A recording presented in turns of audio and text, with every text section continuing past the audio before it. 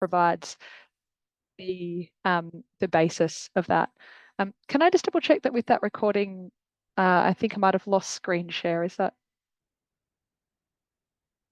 I can still see your Oh, screen, wonderful. Rachel. Excellent. I just lost my green outline, but that's perfect. The role of the sector in supporting clients to achieve settlement outcomes over time, and then understanding how we value those benefits and compare that benefit to the cost of service provision. To the right, in terms of our progress to date, we have begun to develop a benefits framework for the settlement sector, so particularly seeking to understand what are the outcomes that the sector achieves for clients, which of those can be measured, how might they be monetised. Then using some results from the Building a New Life in Australia data set that tracks people's arrivals and their outcomes over time across those measures. And where we're up to now is really seeking to do the analysis that allows us to attribute outcomes to supports provided by the sector. Depending on the extent of the findings from our regression analysis, as Sandra said, we may need to do some primary research. It might take the form of a survey or a series of consultations with clients and kind of alumni of the settlement sector to understand where there might be gaps or context or additional bits of evidence that are needed to demonstrate the role of the sector. And I will explain a bit more of that as I walk through. Before I jump into the detail of what we're finding and what we're doing, I do want to acknowledge the support of the study's many sponsors, and thank you so much for your contributions that allow us to do this work. We're really looking forward to sharing it with you and to receiving your inputs as we continue to refine it across next year. So I start with the benefits framework, and this, as I said, is a question around sort of what are the benefits that the sector seeks to achieve? How would we think about measuring them in terms of indicators? And then the work we've done in the background is to understand which of these measures can be tracked using the data we have available, and then which ones would require a survey. And so you can see the four headings align to the theory of change that the that SCOAS working group has begun to develop, and then underneath each of them you can see different types of outcomes within that outcomes framework. And so for each of these measures, we're seeking to understand, what is the sector's role in, say, supporting economic participation, earnings, skills recognition? What does that mean in terms of a benefit or a difference in outcomes for those that use the sector's services, and how might we monetize those benefits? And I'll work through an example a little later. Many of you might be familiar with that Building a New Life data set. There was an excellent report released last week that gave us that 10-year view of outcomes over time. But for those who are less familiar, I'll give you a really quick rundown. It's a data set of around 2,500 people who arrived in Australia in 2013. It surveys kind of one person per household, so about 1,500 people answer the questions on behalf of that 2,500. Gives a 10-year view of outcomes. So there's 6 data points, people interviewed annually each year until 2017, and then more recently in 2023, a top-up survey to understand where people are at in year 10. It does only focus on permanent humanitarian visa holders. There's no other visa streams. It is really broadly representative of those who arrived in Australia 10 years ago, and the data set allows us to wait for differences in characteristics, but we do note there's been some change in the intake. The survey is not designed to ask a question about settlement services. It's more designed to ask a question about or to understand service use and outcomes over time. And so the way that we think about the use of the settlement sector is a little bit defined by the questions that we have available. There are moments in the survey where individuals are asked, did you receive housing support? Did you receive employment support from a caseworker or from a specific service? There's also broader questions that allow us to infer service use, things like English program enrolments or English supports and things like that. Our analysis looks at people who have accessed settlement support in their first year because the question isn't repeated over time. And so it's quite a conservative approach, because if you think about tracking people who use services in year 1 relative to those who didn't use services in year 1, that second group is likely to have people who were picked up by the system later, which I think is an interesting consideration when we think about the results. To give you a sense of the characteristics of those that are in the survey, as I said, it's a humanitarian visa holder focus. We look only at those who received their visa offshore, and 80% of that group hold a 200 refugee visa. Based on the eligibility requirements at the time, we understand the survey cohort to have been eligible up until their kind of 5th year in Australia. We do exclude, as I said, those that were offshore, probably for a few reasons, but particularly because the survey doesn't ask about the time that they might have been in Australia in a temporary visa. And so it's tricky to pick up the types of services they might have used. You can see to the right, there's some variation in the kind of characteristics of the people who are involved, whether they bring family with them, what that looks like. There's also some key stats on the page here. I won't go through them in detail, but around the scope of the sample, it's relatively young. The countries of birth are well representative of the sources of countries that people arrive from. In 2013, there's good gender balance. We have a primarily 200 refugee visa cohort. Something I think we all would expect to see is that we've got a very high share of people who've identified as having experienced some form of trauma. We can also see a little bit of some of the kind of drivers of the reasons for settling in Australia, which I think is interesting. And in particular, this highlights that around 4 in 10 individuals have some sort of family or friendship connection already in Australia. That's, I think, useful context to our work, especially when you think about the role of the settlement sector. Right down the bottom right, we see there's quite a focus on, or rather, that a large share of those who arrived were living in major cities on arrival. That doesn't change a huge amount across the 10 years, but of course we've got other things that do change around home ownership and other things. It's important and very helpful that this data set picks up differences in the settlement context. So we see that the survey asks people to assess their English proficiency on arrival, to give us a view of their education upon arrival. And I think these are really important considerations for understanding how that trajectory kind of changes and evolves over time, as well as understanding the extent of barriers to literacy, numeracy, English, school completion, employment experience that people might be experiencing before they arrive, and thus, I guess, setting a sensible and useful benchmark for how we would track outcomes over time. To then give you a sense of how we think about the social return on investment framework, as I said a bit earlier, the way that we're thinking about this is to understand the differences in outcomes for clients who use services more than those who use services less. So if you look at that kind of diagram down the bottom, the sort of progress over time, our expectation is that those clients who had greater access to services in early on in their settlement journey are more likely to have successful outcomes over time. And that might be, just to be clear, faster outcomes. In some of the instances that we look at the outcomes, those lines do actually converge, come together by a certain period of time. But we think about the role of the sector as threefold. It might be about achieving an outcome where someone who doesn't use the service doesn't achieve the outcome. It might be about a higher quality outcome or a faster outcome. If you think about something like employment, it might be about ease of access to work or speed of access to work or access to work that uses someone's qualifications. So that kind of shaded area in between the lines, the difference in outcomes for that period of time, is really what we're trying to measure and estimate as the monetizable benefit of settlement services. And to do that, we need those kind of 3 steps that I've set out there: the service use, the outcomes, and then the differences. And in a moment, I'll just step through a bit of a worked example of those 3 things. It is worth mentioning that we know that different outcomes are going to be kind of seen at different points of time, and different services will be used by people across different time periods as well. So to give you really 2 very high level examples, the first one here is around English support. We expect that kind of English support services might decline as English proficiency improves, so that kind of inverse relationship between service use and outcomes. Whereas we might see or expect to see the opposite around employment, that as that outcome, and it might be a bit more lagged than English, as that outcome comes online a couple of years in, that may coincide with use of services around accessing employment or getting skills recognised after clients have accessed other foundational supports. I think the implications of this is really that we want to think about quantifying the benefits with respect to each different outcome, the benefits associated with English as opposed to employment, as opposed to housing, as opposed to social connection or belonging might be quite different. They might happen at different periods of time. And this is something we want to be really cognizant of in the work.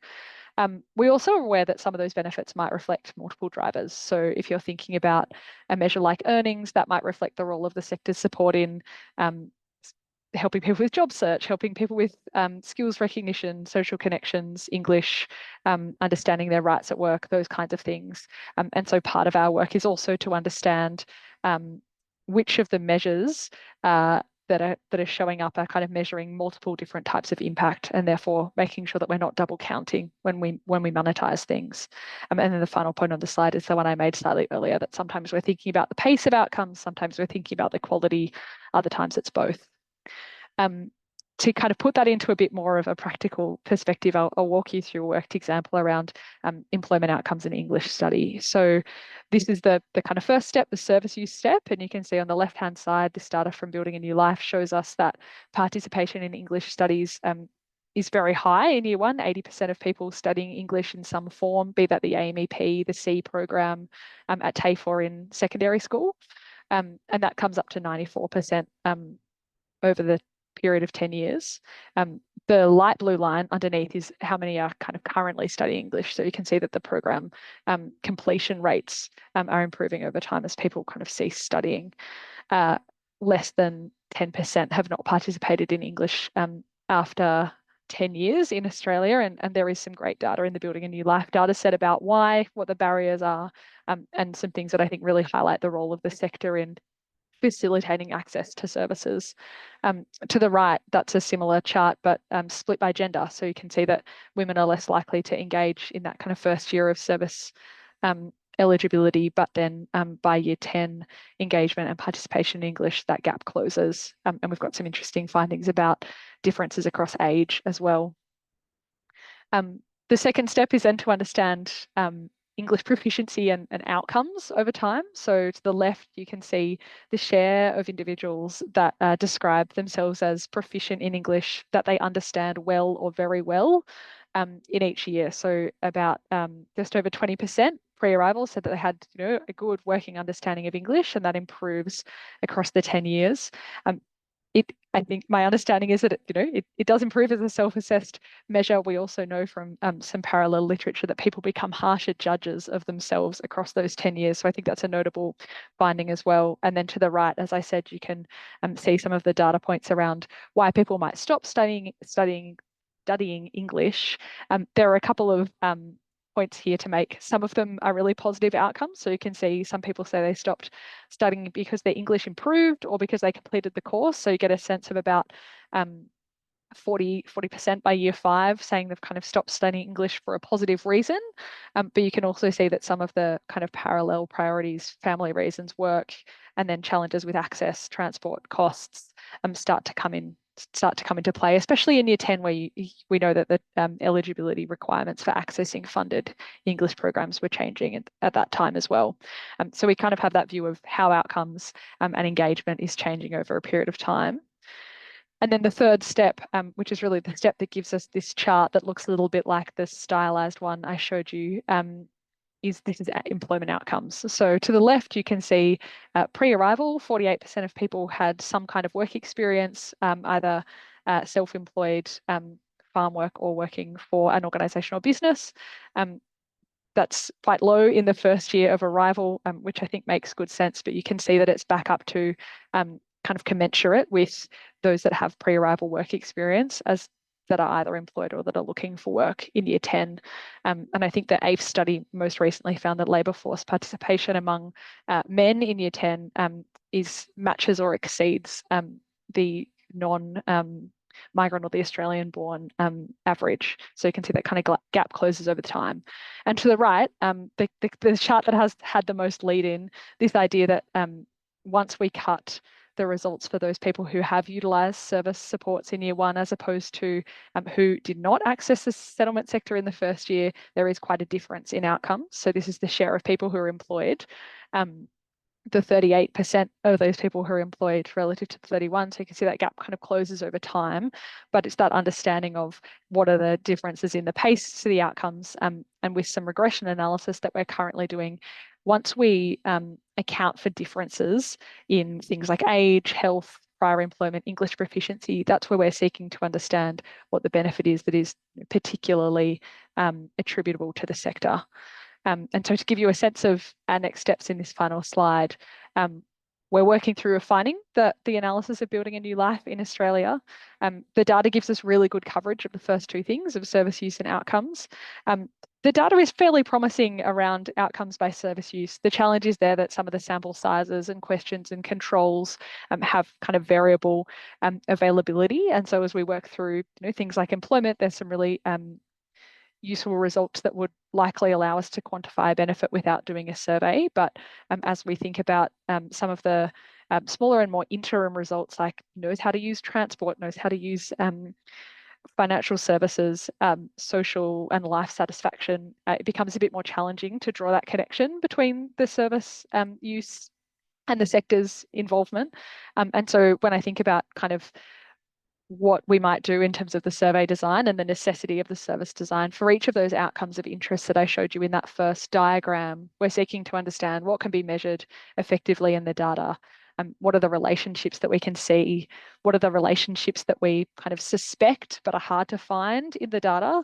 And where do we think, therefore, that there would be value in undertaking some sort of client survey? And so the interim report that we'll deliver to SCOA in January gives measures on kind of each of those domains in that benefits framework to make recommendations about the added value of a client survey.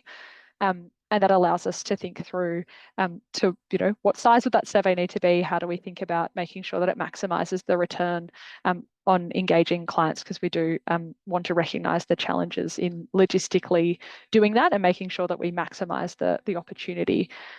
The final thing I'd highlight in that middle column is just to say that there's some really useful measures in the data set around people's experiences and their pre-arrival characteristics particularly. And so what we're working through at the moment is understanding how those different outcomes measures change over time and what's measurable. I might pause there. I know that's been a lot of information to see if there's particular kind of questions or reflections or things, and then noting I'm also really happy to take questions offline to the extent helpful. Thanks, Rachel. Really appreciate that overview from you and also Mark. I guess first it'd be good to hear if there are any kind of general reflections on the study or questions of bits that there's a lot in it, and the team have done a huge amount of work, and this is a very brief summary, so very open to any questions you might have. Mandy? Hi, thank you so much for that overview. I just noticed when you showed the countries of origin that Syria didn't appear to be listed, which I would have expected to see there. I don't know if I missed it. If you can go back to that slide, maybe. It's not on there, Mandy, which is interesting. Let me take it offline and find out whether it is classified in a different way in the data set. Thanks, Mandy. That was a good pickup. Any other comments? Or particular elements of the study that you would feel be most useful to your area? Michael? One of the observations in the report, I think, was in certain areas a plateauing in terms of progression in a number of areas.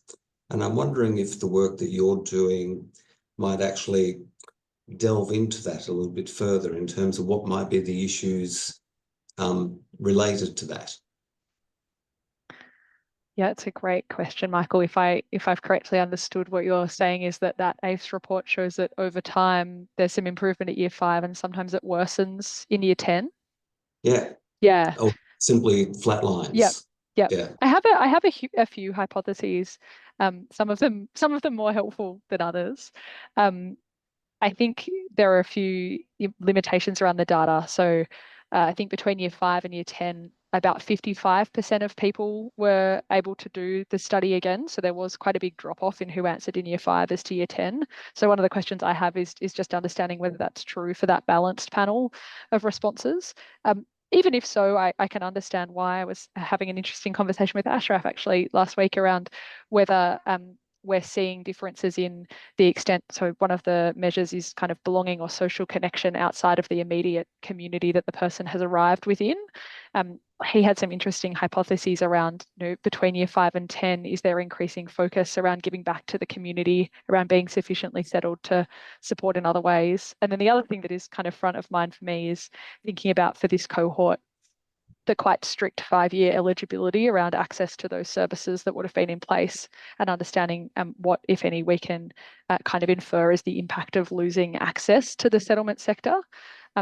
I think I'll say up front, Michael, I don't think we'll have the clearest answer of which of those dynamics is kind of playing out. I suspect it's a combination of all three.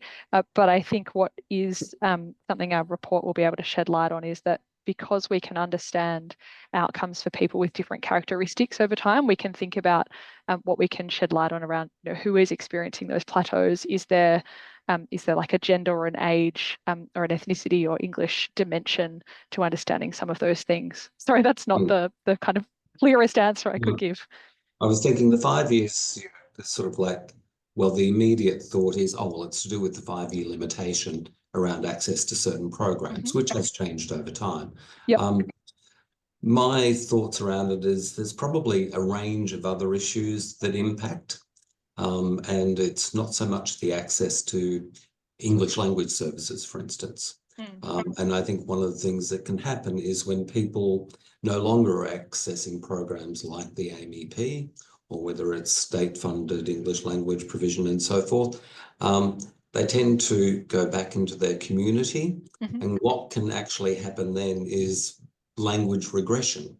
Yep. In fact, they actually go backwards.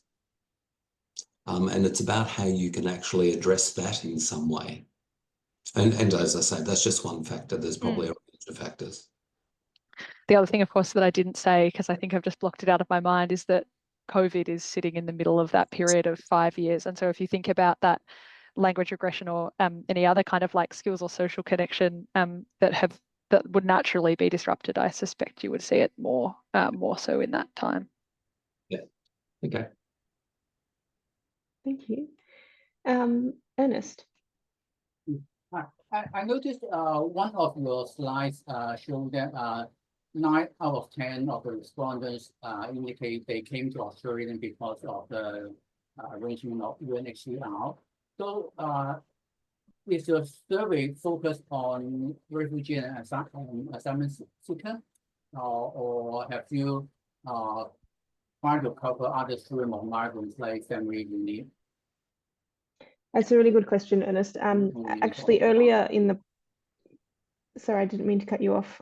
But yeah, earlier in the process, when we were first doing the feasibility study and looking at the options, we did have this question of how broad we wanted the scope to be and who we wanted to capture in the study. And of course, we would have loved to capture, a much broader range of migrants. But I guess in order to do that, we would have had to, and Rachel will correct me if I butcher with the advice they gave us, but we would have had to go through government administrative data, which would have required getting a lot of permissions from the department, and the department being much more heavily involved in the design and development and ultimately decision of publishing the results.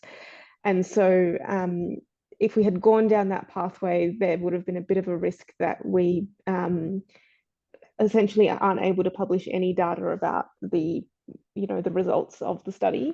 Whereas the BNLA, because it's a sort of independent study and we can facilitate some access to that data, it just, I guess, simplified the process of the report for us in the short term. So, and the BNLA is a study that focuses only on humanitarian entrants. And so for that reason, we went with humanitarian entrants.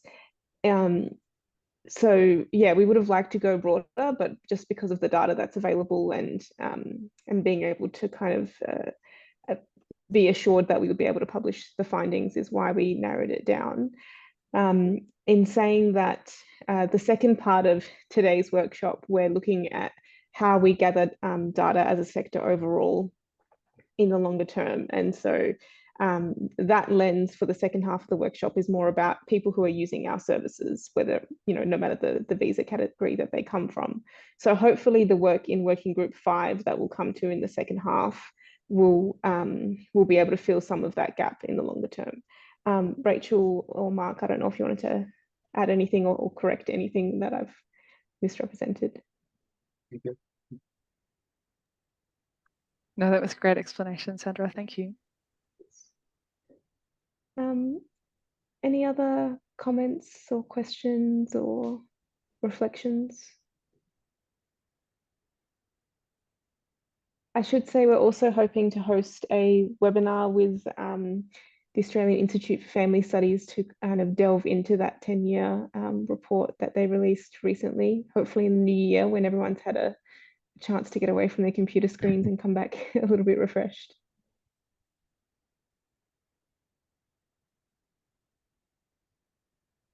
All right. Well, as Rachel said, feel free to reach out anytime with any other comments or questions you might have.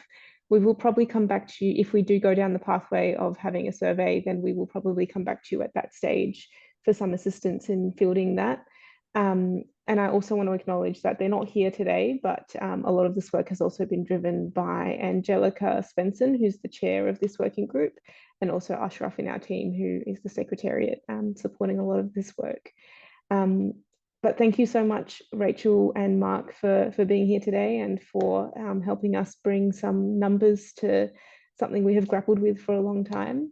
We might then I might take us into the second part of today's session.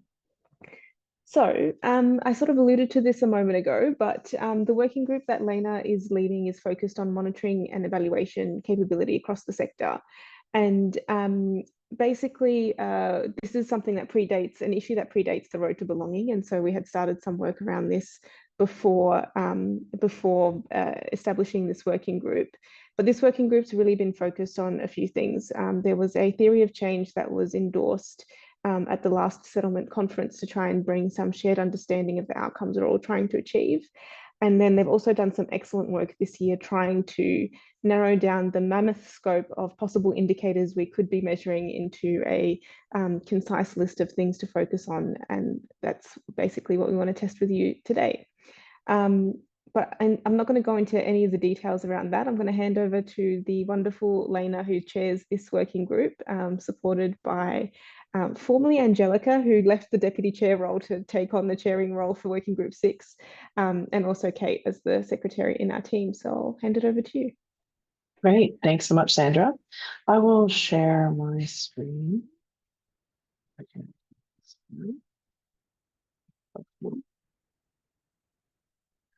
So I should be able to see, what am I sharing? I cannot see them. Okay, so hopefully you see the, you see the full slide. Yeah, great.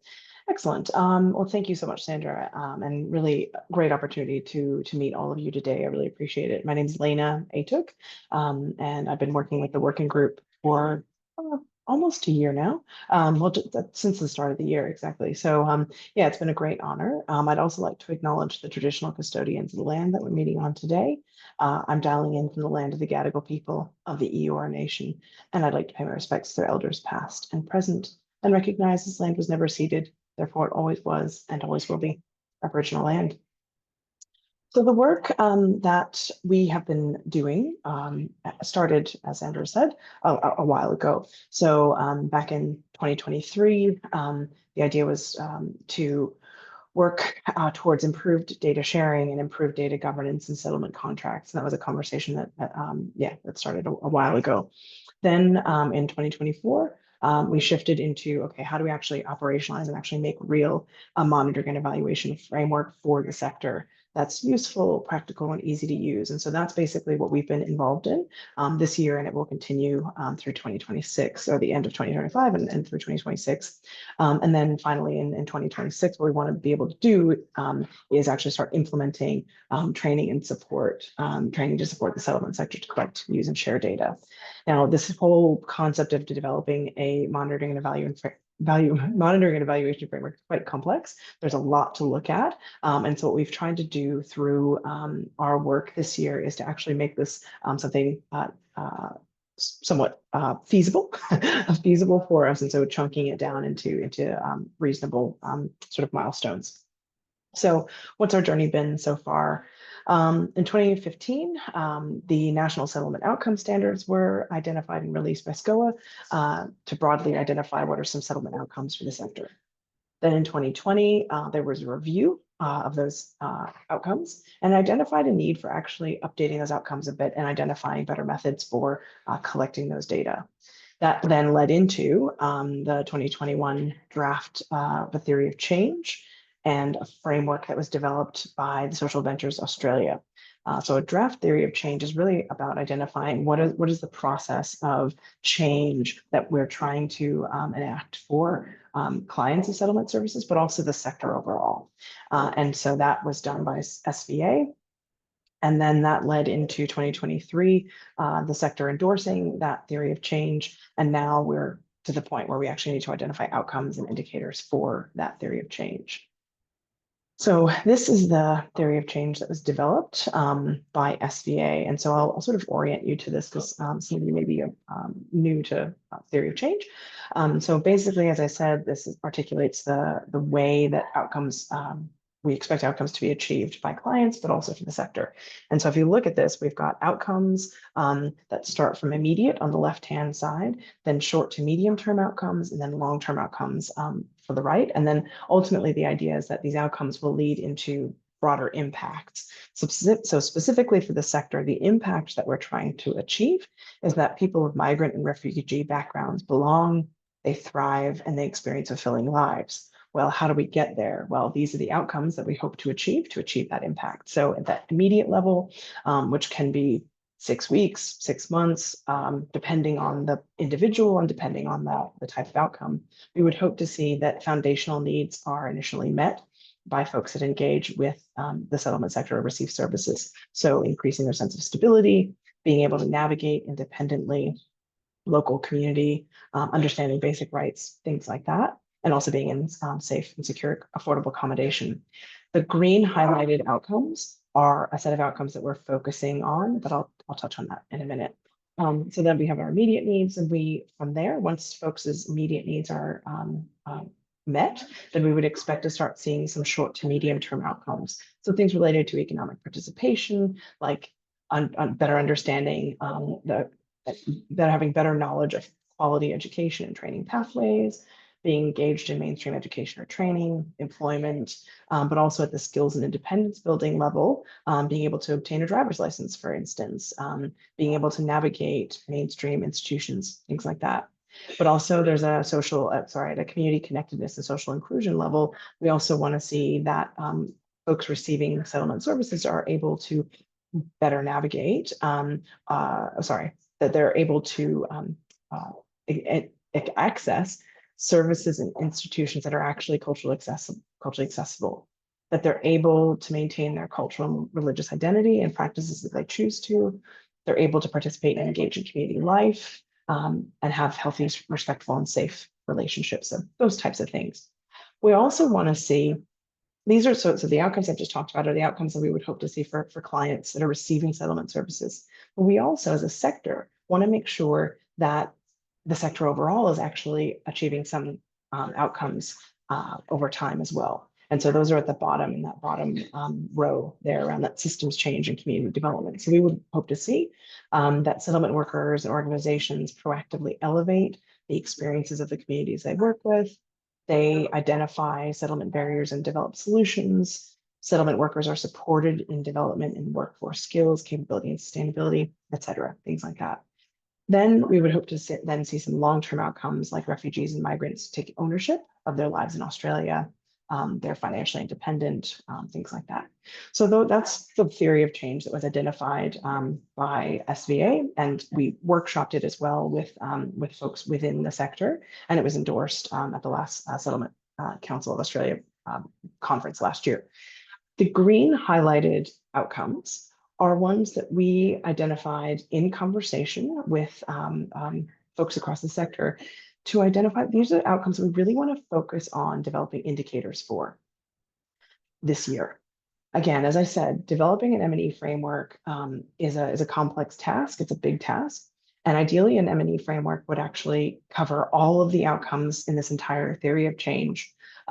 But as a first step, what we wanted to do is really focus in on a few key outcomes that we could dedicate some real time and effort to start piloting this approach, because we haven't done this as a sector before, and we wanted to just try it out. And so these 6 outcome areas are the ones that were identified as really just important to focus on first. That's not to say that all the rest of the outcomes are not going to be dealt with, they will be, but we wanted to focus first on these 6. So understanding basic rights, responsibilities, and services, in safe and secure, affordable accommodation, engaged in employment, able to navigate mainstream institutions, participating and engaging in community life, and then settlement workers are supported in their development and workforce skills.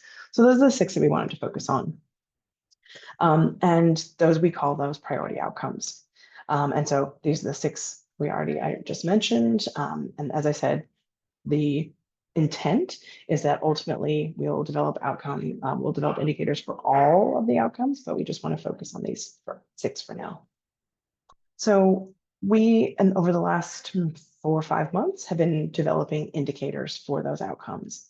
And that process of developing indicators looks something like this. And this is sort of a generic process. And we've been walking through it as a working group. So you start with outcomes, and those are the 6 priority outcomes we've already identified. Then you start developing some ideas for indicators. You can do that sort of based on sort of current understanding. And then what we do is we looked at literature, and we looked at a bunch of different sources of potential indicators, including some of the indicators that are, or some of the measures that are already being collected by the sector through DEX, for instance. So we wanted to consult that literature, make sure that if there's any indicators that are already being collected, then we can leverage those for deployment with these outcomes.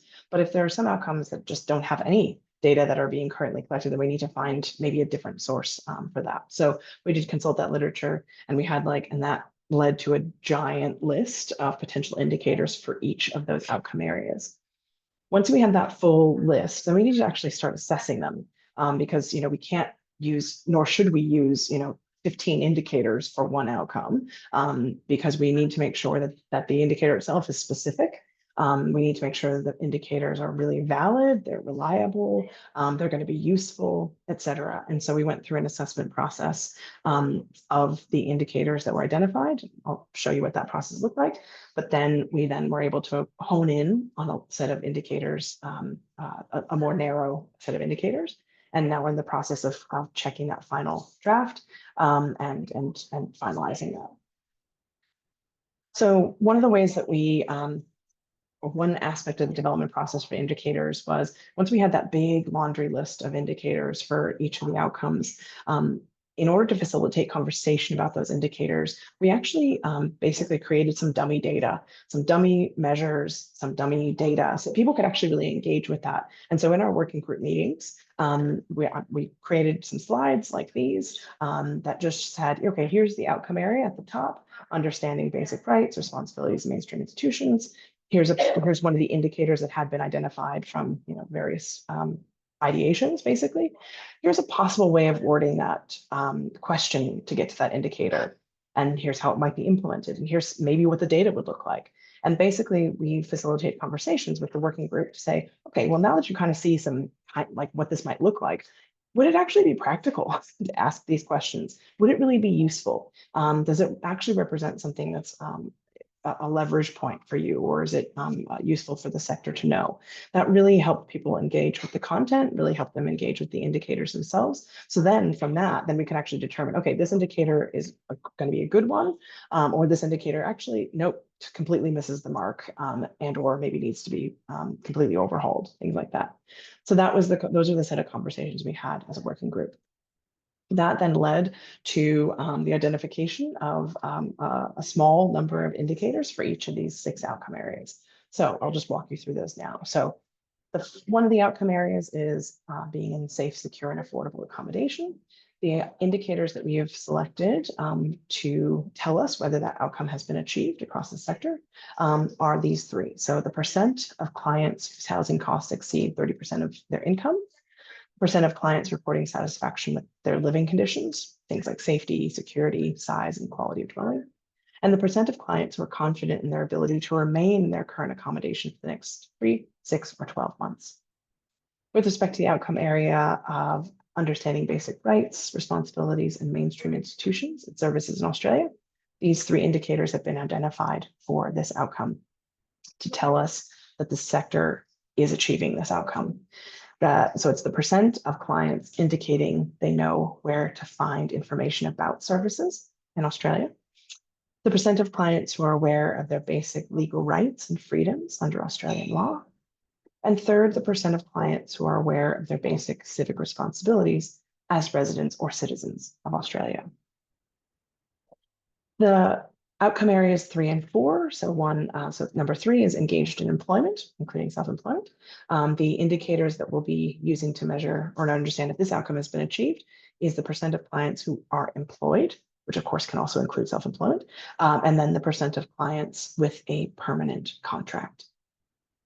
The other outcome area, able to navigate mainstream formal institutions and services. Again, 2 indicators identified for this outcome, namely the percent of clients understanding how to access mainstream services independently. And those mainstream services would include things like health service, mental health services, social care, financial services, legal services, etc. And then second, the percent of clients utilizing mainstream services. Again, health, mental health, social care, financial, legal. And we've identified that we want to understand the percent of clients who are utilizing those services independently or with the support of interpreters or support agencies, if necessary. And then the final 2 outcome areas that are our focus, participation and engagement in community life. We've identified 4 indicators for this particular outcome, namely percent of clients who have experienced discrimination because of their skin color, ethnic origin, or religion in the last 12 months. The percent of clients reporting sense of belonging to the neighborhood or local area. The percent of clients who report being involved in decision-making processes within communities, and the percent of clients who report participating in those community structures. Finally, settlement workers are supported in development of workforce skills, capabilities, and sustainability.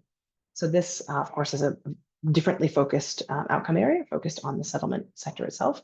So here the indicators are percent of settlement workers who feel supported by their organization to engage in professional development, percent of settlement workers who report feeling they have the skills and capabilities to create positive change in their work, and percent of settlement workers reporting they feel their workload is sustainable. So those are the indicators that we've identified for the outcome areas. So what's next for us? Well, just finalizing them and communicating them back to the working group. And then in 2025, we've got the exciting task of developing data collection tools and really pilot testing these indicators so that we can actually present some findings at the next SCOA conference in November of next year. So that is what's next for us in this working group, and would love to get your questions or get any feedback at this point. I will stop sharing my screen now so I can see everyone's beautiful faces. Thanks so much, Lena. I really appreciate your ability to take what is a very dense and complex topic and make it very accessible to all of us. Data and monitoring and evaluation are not everyone's favorite subject, but somehow you made that seem so effortless and seamless and easy to engage with. Yeah, so just opening it up to the group to any questions or feedback. Any reflections on the priority outcomes and the indicators that are being worked through with them?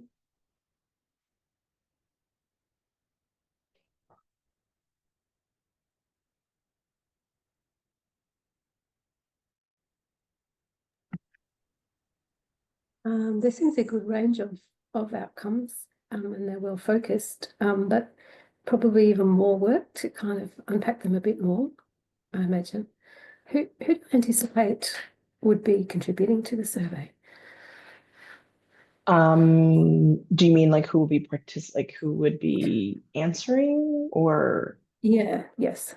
Yeah. So the idea is that any questions that relate to client outcomes would be directly answered by clients, either through a survey that would be distributed to them or it might be a conversation that their caseworker has with them, and then the answers would be, sort of entered into some sort of system. Now that system is yet to be identified and worked through, but the idea is that this would be that the answers to any of these questions would come directly from clients themselves. Yeah, great. I think I probably also meant a bit more broadly around the clients of which organisations, like only specifically settlement organisations or kind of mainstream organisations, I guess, like mine that work with settlement communities or with, so groups that might be relevant for, but just not sure what the scope of it is. I think, I don't know, actually, Sandra, you might be better placed to sort of identify the answer to the question, but my impression is that it would be clients of any settlement service provider. That's my impression. Is that right, Sandra? Yeah, I think I hadn't really turned our minds, to be honest, to the possibility of broader services using it, and sort of focused on settlement sector in the first instance, in those that are funded for settlement services. But it's a good suggestion and something I hadn't really considered until you raised it. I guess it's just the intersect, like we get some settlement funding, but it sort of supports a kind of broad universal programming or that kind of thing. So it's just where that line is, I guess. Yeah, it's a really good point. Rebecca? Hi, everyone. Can I ask a bit of a specific question about the wording in one of the indicators? Just around the use of the word independently. It was the outcome around access to services and navigation of services. Yeah, utilizing mainstream services. Yeah. Yeah, so in the first one, utilizing mainstream services independently. The first one is knowing how to access. Is that correct? And the second one, utilizing independently or with the support of. What's the reason for the first one not including that or with the support of, and just having that they need to understand how to access the services independently? Yes, so I don't have a distinct rationale for that at this point. Yeah, putting you on the spot. I just thought that but it is something to... there is a difference. Absolutely, there's a noted difference there.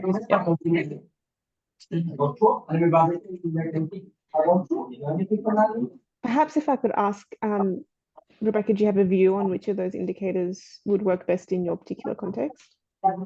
I think they're both very relevant, but I just wondered whether knowing how to access services needs to be independent or whether knowing how to access them can be with the support of others. Yeah, that was my question. Good point. Okay. Thank you. Nina, I wasn't sure if you were going to say something earlier. Oh, yeah. Yeah, I was trying to find out. I haven't used Zoom for a while, so I'm trying to find where's that the raise hand icon. It's just about more implementation, and the question is for you, Sandra, around fantastic initiative, and we've been waiting to have something like this for a while. So in terms of implementation, is there a long-term plan in relation to working with the department, whichever it could be, Department of Home Affairs or DSS in future? And in department also, I would say incorporating those outcomes into the service framework in future, or it will be like it may be just a voluntary tool for the members to use it. We're going to see. Yeah. Oh, you want to take that, Sandra? I'm happy to start and then jump in, Lena, with your additions. But I guess the elephant in the room is Dex. So let's just raise that while we're here.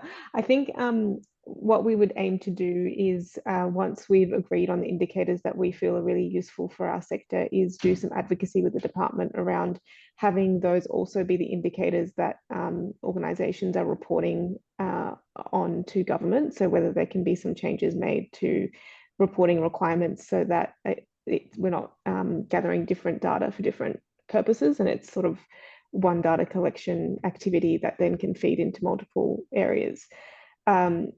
That is still probably some time away. We're not necessarily at that stage yet.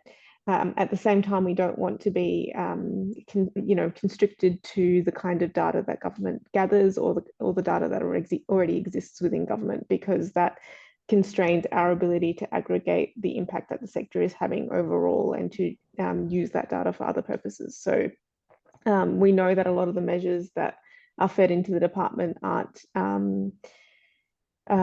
necessarily the most impactful, to use for the purposes of demonstrating gaps in the sector or achievements of the sector or various advocacy purposes. So we don't want to be constrained to only using the data that's already gathered for reporting purposes, but we do also want to minimize the double reporting burden.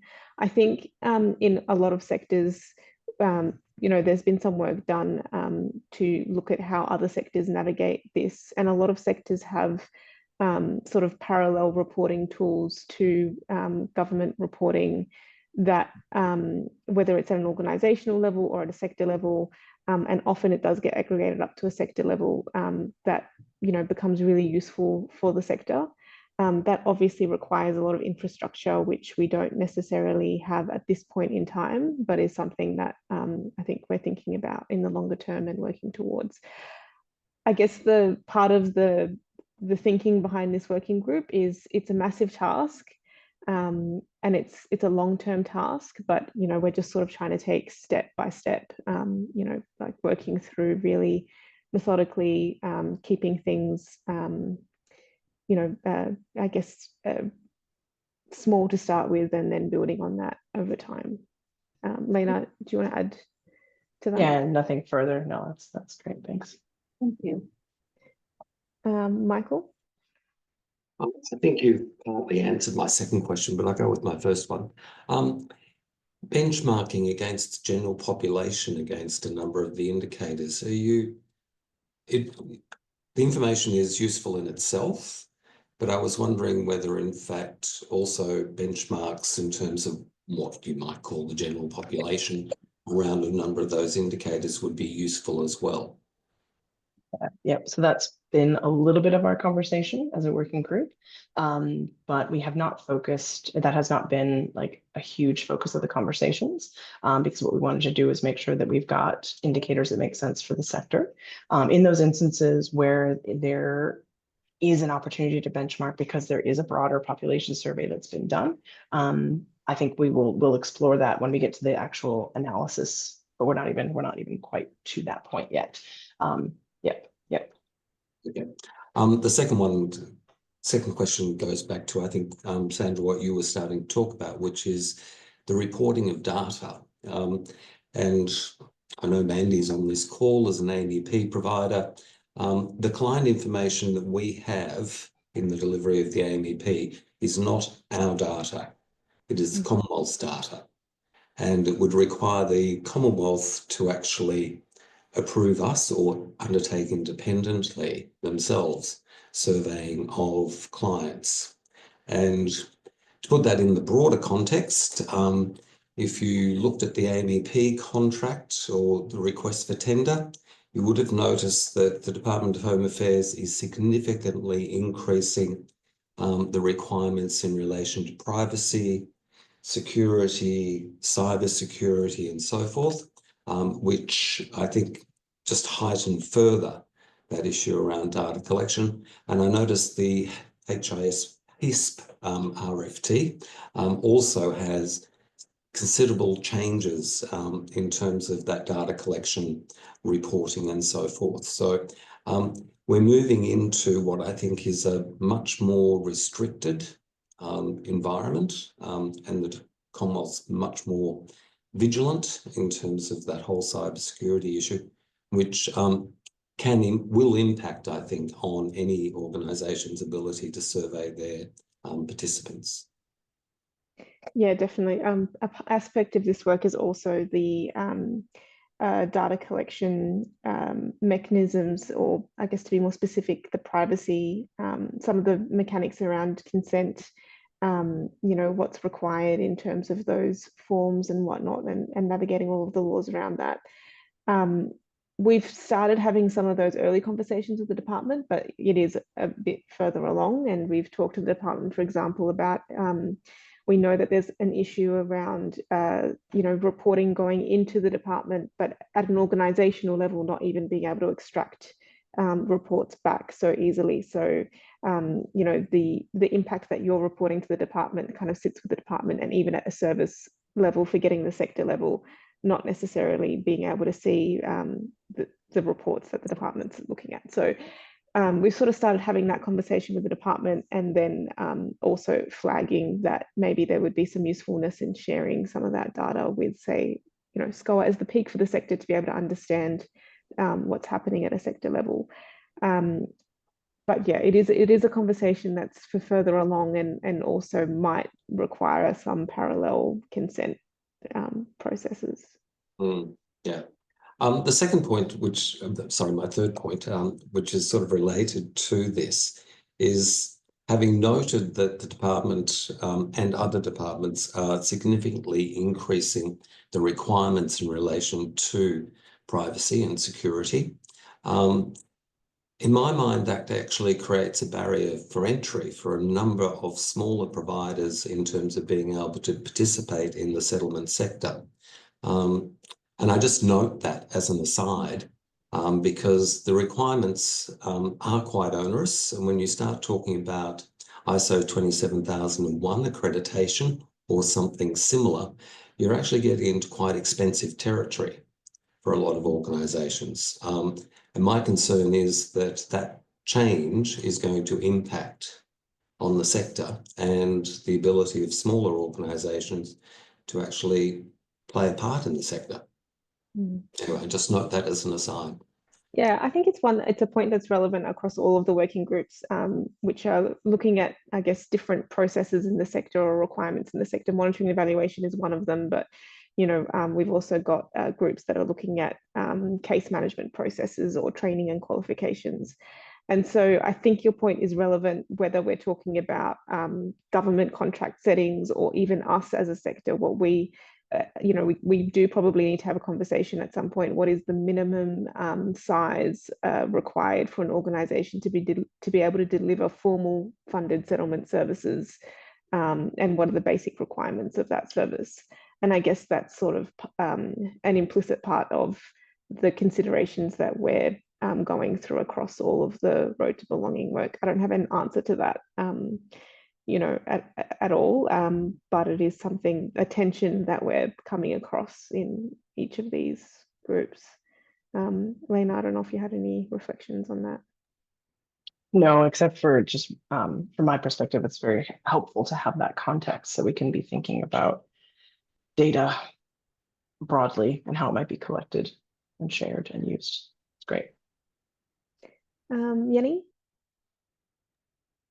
Thanks. Yeah, I just wondered if there is the intention to have any, I guess, additional layer in regards to the target cohorts to ensure that children and young people are reflected within the indicators and the applicable nature.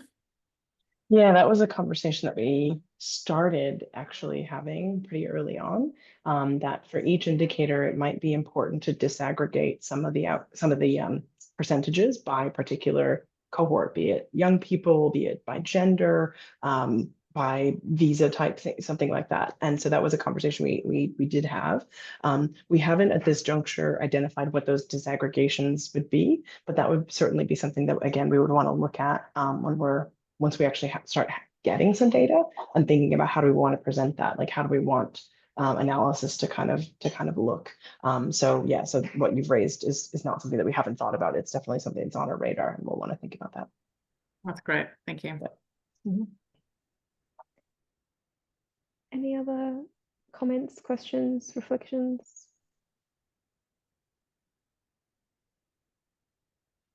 A very efficient group today. I think we might then wrap it up there. We do have, as I said, both pieces of work are happening within working groups that meet regularly. So if you are interested in either of these pieces of work, either reach out to us separately, or also feel free to join either of these working groups if you're not already a member of them.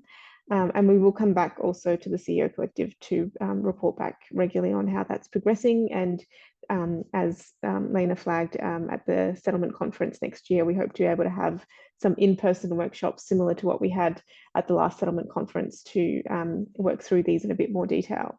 But I want to very, very sincerely thank Rachel, Mark, and Lena for walking us through a lot of the work that has been done over the past 12 months or so, and to thank you for making the time in mid-December to come and talk about some very not light subject matter topics that we're seeking your engagement on. So I really appreciate you engaging today, and please reach out at any time if you'd like to know more about this work or have any thought bubbles that occur to you at a later stage. But otherwise, enjoy the rest of your afternoon, everyone. Thanks. Thank you. Thank you very much. Thank you.